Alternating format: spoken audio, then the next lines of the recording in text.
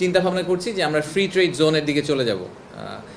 জেবেল Ali port বলে একটা port আছে ইউএইতে, যেটা ইউএইর ইকোনমির প্রায় 25% কন্ট্রিবিউট করে। সো সেই পোর্টটার মতো করে আমরা এরকম আমাদের মাথারবাড়ি ডিপসি পোর্টের কাছাকাছি কোনো একটা জায়গায় একটা ফ্রি ট্রেড জোনের কথা চিন্তা করছি। তো সেখান থেকে তাদের টেকনিক্যাল এক্সপার্টিস নিয়ে, তাদের থেকে বিভিন্ন ধরনের সাপোর্ট নিয়ে এটা আমরা করার চেষ্টা করছি, এবং এটাই ডিপি ওয়ার্ল্ডের চেয়ারম্যানের আজকের ভিজিটের মূল উদ্দেশ্য ছিল। উনি এখান থেকে প্রধান উপদেষ্টার সাথে দেখা করতে যাবেন এবং তারপরে ওনারা এই বিষয়টা নিয়ে আরও ফার্দার আলাপ আলোচনা করবেন। আমাদের বাংলাদেশ থেকে হয়তো একটা টিম ভেরি সুন ইউএই যাবে বোঝার জন্য যে আসলে ফ্রি ট্রেড জোনের পলিসিগুলো কীভাবে অপারেট করে, অপারেশনালি জিনিসটা কীভাবে কাজ করে, এবং এখান থেকে ইকোনমিক বেনিফিটটা আমরা কীভাবে পেতে পারি। তার আগের মিটিংগুলো নিয়ে যদি একটু কথা বলি, আজকে ইন্ডিটেক্সের যে সিইও ছিলেন উনি বলেছেন, আমি যদি সামারাইজ করি, উনি বলেছেন যে উনি জীবনে প্রথমবারের মতো বাংলাদেশে এসেছেন, এবং ওনাদের অনেকগুলো বেশ বড় বড় ব্র্যান্ড আছে। সবাই জারার কথা বলে, বাট এর সাথে মাসিমো দুটি, বাস্কা, এরকম বেশ বড় বড় কিছু ব্র্যান্ডের ওনারা ব্র্যান্ড ওনার। তো ওনার ভিউ হচ্ছে যে বাংলাদেশে না আসলে আসলে ওনার বাংলাদেশ সম্বন্ধে এই আইডিয়াটা কখনোই তৈরি হতো না, এবং ইন্ডিটেক্সের গল্পটা আসলে বাংলাদেশের গল্পের মতো। কারণ ওনারা বাংলাদেশে শুধু কিন্তু ব্যবসা করতে আসেননি, ওনারা গতকালকে এশিয়ান ইউনিভার্সিটি অফ ওমেন, ওখানে ওনারা 50টা নতুন স্কলারশিপ ঘোষণা করেছেন 50 জন ফিমেল ওয়ার্কারের জন্য।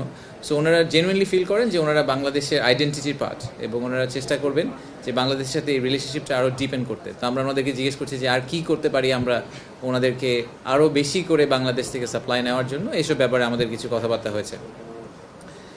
ইউকের যে ট্রেড টিমটা ছিল ওনারাও ডিফারেন্ট টপিক নিয়ে কথা বলেছেন। আপনারা দেখেছেন যে ওনাদের যে ব্যারনেস রোজি উইন্টারটন, উনি আজকে আমাদের উদ্বোধনী অনুষ্ঠানে বক্তৃতা রেখেছিলেন। তো সেই বক্তৃতার পরিপ্রেক্ষিতে আমরা দেখতে পেলাম যে ওনাদের একটা whole hearted support for interim government, এবং বাংলাদেশে যে 2035-এর কথা আমরা আজকে যে ন্যারেটিভটা সেট করার চেষ্টা করেছি যে আমাদের ভিশনটা কি, সেই ভিশনটাকে সাপোর্ট করার জন্য ওনাদের ফুল সাপোর্ট, ওনাদের পক্ষ থেকে ফুল সাপোর্টটা আমাদেরকে দিবেন। সেটা ট্রান্সপোর্টেশন ইন্ডাস্ট্রি হোক, এডুকেশন হোক, হেলথ কেয়ার হোক। আজকে চিফ অ্যাডভাইজারের সাথে যখন কথা হয়েছে তখন মেইনলি আমরা আসলে এডুকেশন এবং হেলথ কেয়ার নিয়ে অনেক কথা বলেছি। সো আমরা চেষ্টা করছি ওই জায়গাটা ইউকের সাথে কোনো ধরনের কোলাবোরেশনে যাওয়া যায় কিনা। এর সাথে যেটা বললাম যে লাফার্জ হোলসেমের আমাদের একটা বড় ইনভেস্টমেন্ট আসার সম্ভাবনা আছে, সেটা নিয়ে আমরা ওনাদের সাথে কাজ করছি। ওনাদের বেশ কিছু সমস্যা ওনারা ফেস করেছেন বিদেশি ইনভেস্টার হিসেবে। আমি প্রতি প্রেস কনফারেন্স এসে আপনাদেরকে নতুন একটা গল্প বলি যে বিদেশি ইনভেস্টারদেরকে কীভাবে আমরা ঠিকভাবে ট্রিট করতে পারিনি। তো এই ক্ষেত্রেও আসলে আমাদের এরকম একটা সিচুয়েশন তৈরি হওয়ার সম্ভাবনা ছিল। আমরা চেষ্টা করছি সিচুয়েশনটাকে অ্যাভয়েড করার জন্য। আজকে দুইটা কাগজ সাইন করা হয়েছে, আপনারা হয়তো দেখেছেন। একটা হচ্ছে আইএলওর সাথে, ইন্টারন্যাশনাল লেবার অর্গানাইজেশন যারা, তাদের সাথে বিডা একটা এমওইউ সাইন করেছে। আমি আগেও বলেছি যে আমাদের পুরো সোসাইটিটাতে সবসময় আসলে এন্টারপ্রেনারদেরকে ফোকাস করলে হবে না, তাদের সাথে যারা কাজ করে, আমাদের যেই ওয়ার্কার্স। আজকে নাসিম মনসুর ভাইয়ের প্রেজেন্টেশন যারা দেখেছেন তারা দেখেছেন যে আমাদের ইকোনমিটাকে যে আমাদের ইকোনমির যে চাকাটা, সেই চাকাটা এগিয়ে নিয়ে যাওয়ার জন্য এন্টারপ্রেনাররা শুধু একা তো আর করেন না, সাথে তাদের ওয়ার্কফোর্স যেটা আছে, আমাদের শ্রমিকরা করে। তো আমাদের লেবার রাইটসের যেই স্ট্যান্ডার্ড, সেই স্ট্যান্ডার্ডটা কিন্তু আমাদের গ্লোবাল স্ট্যান্ডার্ড থেকে অনেক লো, অনেক নিচে। সেটাকে আমাদের একটা জায়গায় নিয়ে যেতে হবে। তো আমরা এখন আইএলওর সাথে এমইউটা সাইন করেছি এইটা কনফার্ম করার জন্য যে আমরা ভবিষ্যতে এফডিআই অ্যাট্রাক্ট করতে চেষ্টা করব, বাট আমাদের লেবার রাইটসকে কম্প্রোমাইজ না করে। এবং আরেকটা সত্যি কথা হচ্ছে যে পৃথিবী যেদিকে যাচ্ছে তাদের লেবার রাইটসকে যদি আমরা কম্প্রোমাইজ করতে থাকি, একসময় আসলে বাংলাদেশ থেকে কেউ কোনো প্রোডাক্ট নেবে না। বাংলাদেশের ওই লেবার স্ট্যান্ডার্ডটাকে একটা জায়গায় নিয়ে যাওয়া will become a minimum requirement for a lot of clients. So আমাদেরকে ওইটাকে ম্যানেজ করতেই হবে।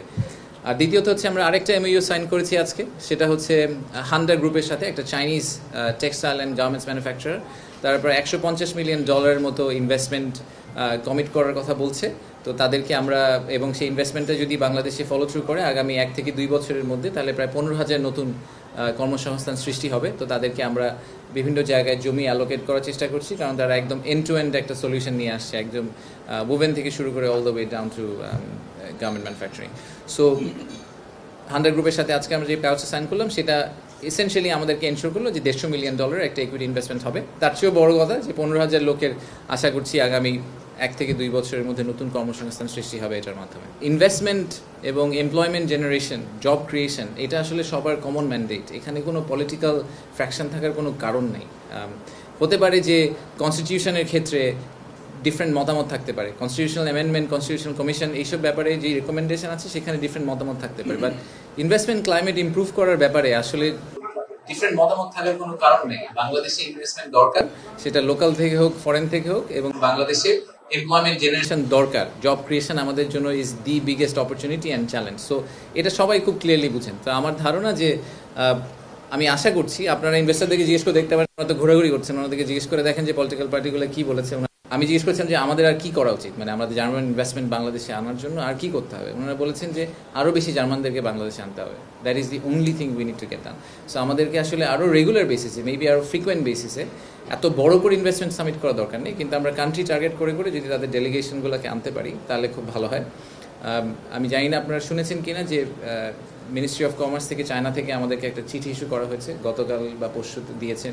কমার্স যে এক্স সেক্রেটারি ওনাদের, উনি আমাকে চিঠিটা লিখেছেন যে উনি আগামী মাসে কমার্স মিনিস্টারকে সহ এবং প্রায় 200 চাইনিজ ইনভেস্টারকে নিয়ে বাংলাদেশে আসবেন, এবং ওনারা জেনুইনলি এরা সবাই ইন্টারেস্টেড ইনভেস্টার, ওনারা বাংলাদেশে ইনভেস্ট করতে চান। তো ওনাদের জন্য আমরা যাতে একটা প্রোগ্রাম রেডি করি।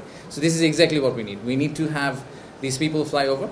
তাদেরকে আমরা যদি এরকম ফুল 360 একটা এক্সপিরিয়েন্স দিতে পারি, তাহলে তারা ফেরত গিয়ে হয়তো এই ডিসিশনগুলো নিতে পারবেন যে বাংলাদেশে কীভাবে ইনভেস্ট করা যাবে। এই মুহূর্তে আমরা বাংলাদেশ সেনাবাহিনী, বিমান বাহিনীর সাথে কাজ করছি, নৌবাহিনীর সাথে কাজ করছি যে বাইরে থেকে এরকম ইনভেস্টর খুঁজে বের করা যারা টেকনোলজি ট্রান্সফারের মাধ্যমে বাংলাদেশে আসতে রাজি হবেন।